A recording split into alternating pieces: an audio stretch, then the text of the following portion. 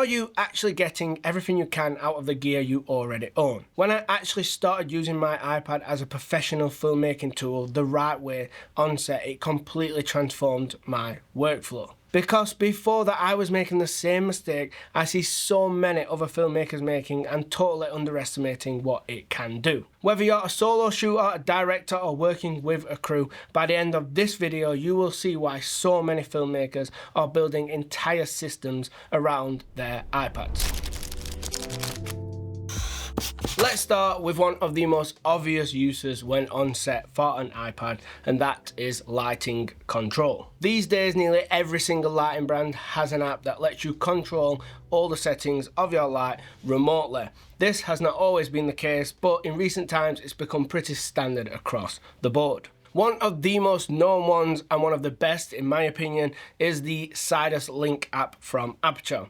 If you own an Amaran or Aperture light and are not using this app, you are seriously missing out. This thing is absolutely packed full of features. It pretty much gives you DMX style controls just via a Bluetooth app. And also baked into the app is a digital handbook. This is basically all the specs and information for each lighting fixture made by Aperture. It gives you information like output of lights at different distances, etc. All really nerdy deep dive stuff, but it can come in really handy when you're setting up lights and pre-planning. There is also another really powerful feature packed inside the Sidus Link app, but we're going to deep dive into that in just a sec. Don't worry though if you don't use Aperture or Amaran lights, as across the board now most modern lights have some type of app control. I use pretty much every one of my lights via a Bluetooth app onto my iPad. The way I like to do it is I like to create a folder called lighting control apps and just have them all in one place inside there. My pro tip here is though, when you are using the hue wheel to change color or even the slider wheel to change Kelvin temperature, don't rely on the numbers and what you are visually seeing on the app. What I have found in my experience is each app behaves and interprets these numbers slightly different. Most of the apps now also have the cool feature where you can use the camera built inside of the iPad to snap a color temperature, and then it will try and match the fixture to it. I find this to be much more accurate than just matching numbers across the apps. Before we move on to the next group of apps, I quickly want to mention audio apps. We're not at the adoption level as we are with lighting apps and like camera control apps. I tend to use the Sound Devices Wingman app. I also use the Zoom app and the Comica app. I know that Data have a really good app as well from what I've seen, and this list grows and grows all the time. The ability to see if a lav mic is still recording, checking on levels that now is distorting, checking on battery life is really priceless. Let's talk about camera control apps. We are pretty much at the same adoption levels as lighting apps with this.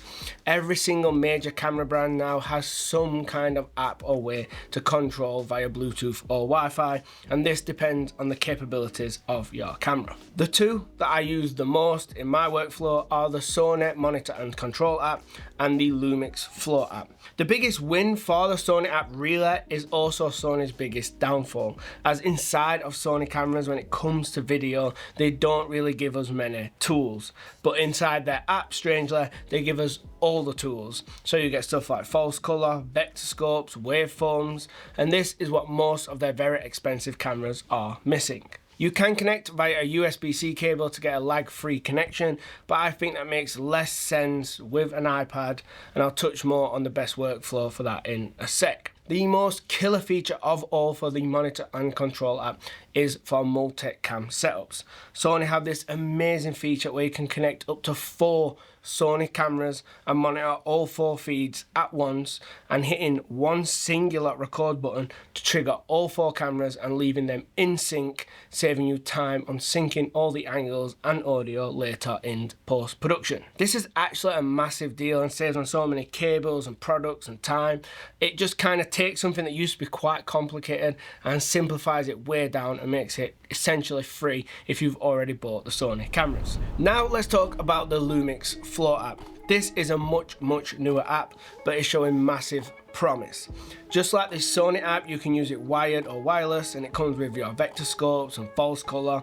The biggest downfall for it at the moment is that there is no view log assist or LUT support. Now here for me is the elephant in the room. When it comes to camera control apps, I don't know if it makes the most sense to have a big iPad controlling the camera settings at a distance from the camera.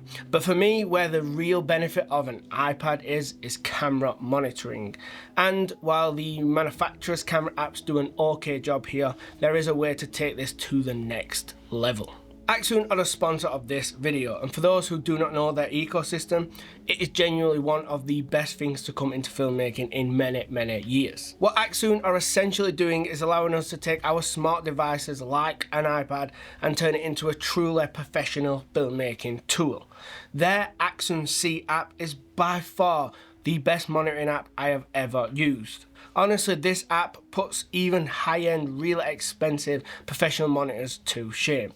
It has more scopes inside it than DaVinci Resolve. It has every exposure tool you have ever heard of. We're talking zebras, waveforms, histograms, false color, vector scopes, custom LUT support, frame guides, even image overlay which adjust with opacity for shot matching and planning transitions. Combine this with how good smartphone screens and iPad screens have gotten, especially knowing that Apple aren't going to put a cheap display inside their iPads and they color calibrate every single screen from factory. But here is where Axoon really separate themselves and turn this into a pro filmmaking ecosystem. They sell dedicated transmitters and receivers at a pro level to give you a solid connection from your camera, taking HDMI and SDI connections.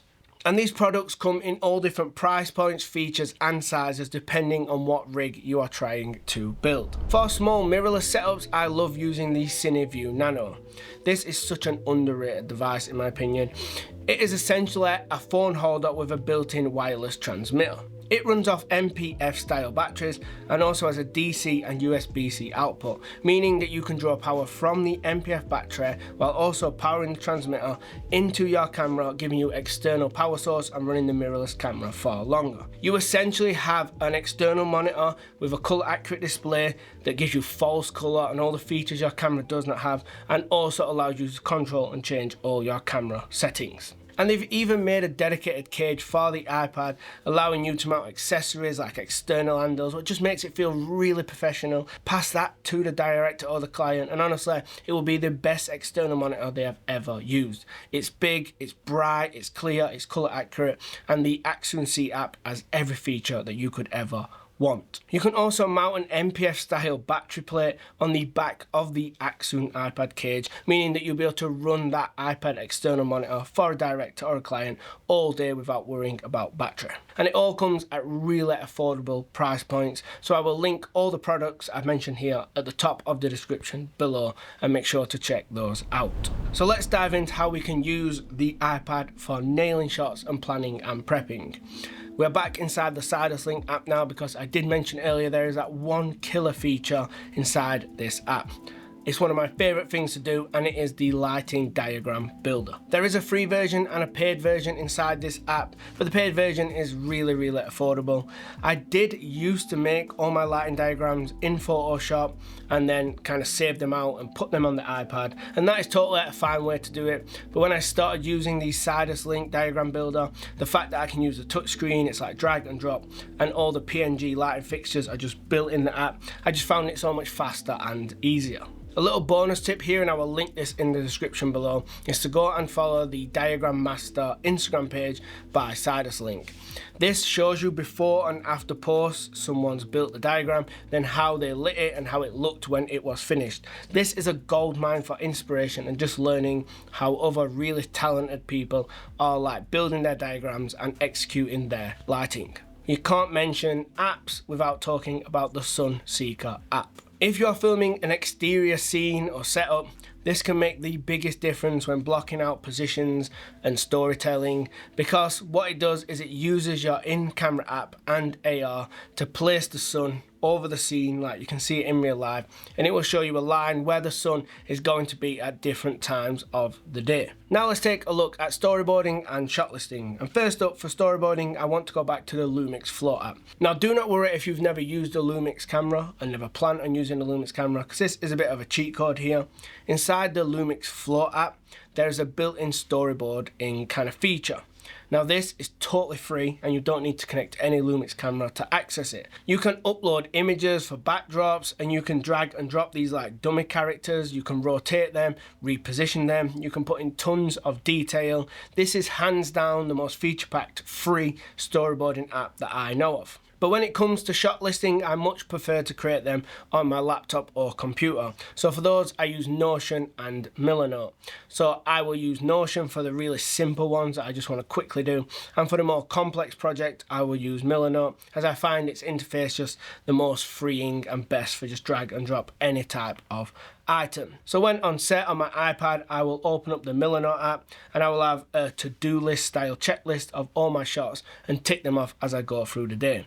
The great point about Millernote here is, because everything is in one place, you're normally 1 or 2 taps away from pulling up reference frames or the storyboard or any information about the shoot at all. The next app I want to mention is DaVinci Resolve for iPad. Now this is a super powerful kind of dedicated editor that you can do so much with when not shooting all by itself. But the really niche use case scenario I have is pretty cool. On those big Hollywood style movie sets, they have a station built purposely for DIT.